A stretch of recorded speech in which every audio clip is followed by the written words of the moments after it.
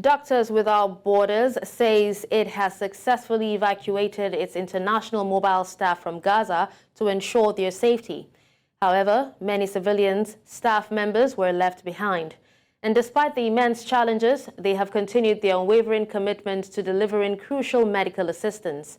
Meanwhile, the team is mourning the loss of one of their team members in Gaza, Mohammed Al-Ahel, who was killed along with several members of his family on 6th of November. Mohammed had been a laboratory technician for MSF for over 2 years and was at his home in Al-Shati refugee camp when the area was bombed and his building collapsed, reportedly killing dozens of people. Doctors Without Borders are calling for an unconditional ceasefire.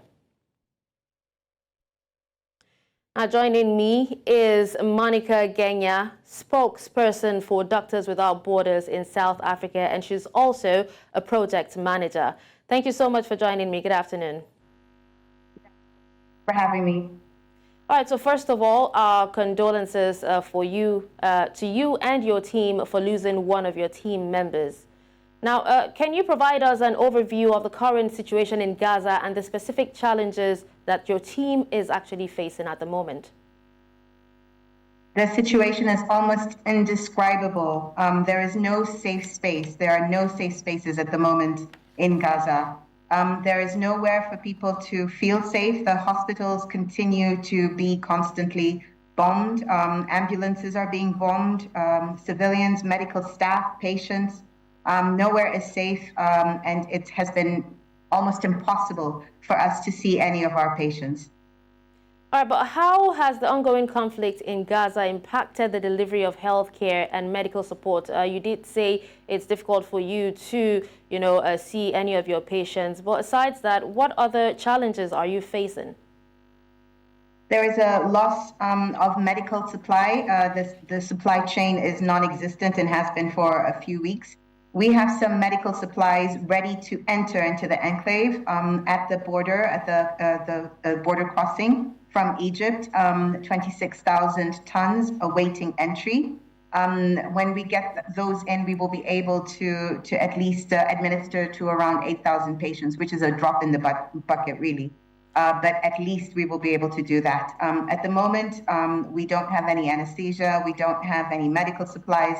The pharmacies have run out. Our medical personnel who are still on the ground and still assisting in various hospitals in Gaza are almost unable to do anything but stand helplessly by as our patients cannot get access to any medical supplies.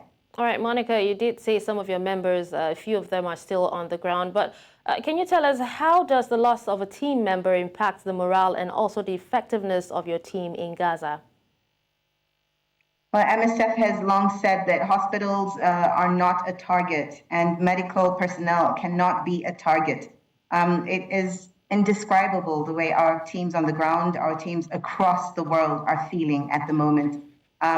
People who are trying to provide humanitarian care, trying to provide health care, to be targeted in this way we just don't understand it. Morale, as you can imagine, is very low. We do have emergency teams. We had pulled out our international staff, but we do have emergency teams specialized in trauma care, mental health care, ready to enter into the enclave at a moment's notice as soon as we get permission to do so that we can continue the work. It is not safe at all, but we have volunteers who are ready to go back and continue the work that MSF has been doing in Gaza for the past 29 years.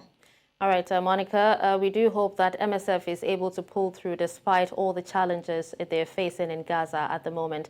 Thank you so much for taking time out to speak with us on this. Thank you.